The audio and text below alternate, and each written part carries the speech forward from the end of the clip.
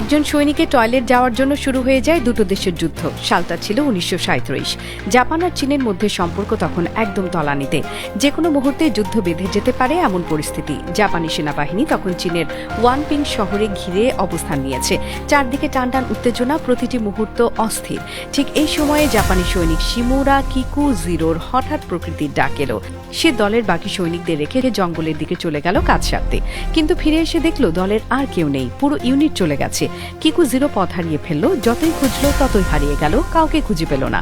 এদিকে জাপানি সৈন্যরা হিসাব মেলাতে গিয়ে বুঝল একজন সদস্য নিখোঁজ।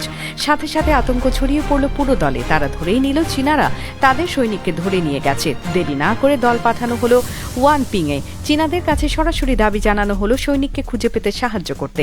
চীনারা সাফ জানিয়ে দিল না। জাপানিরা অনুমতির অপেক্ষা না করে জোর করে ঢুকে পড়ল, আর তারপরে সব ভেঙে পড়ল।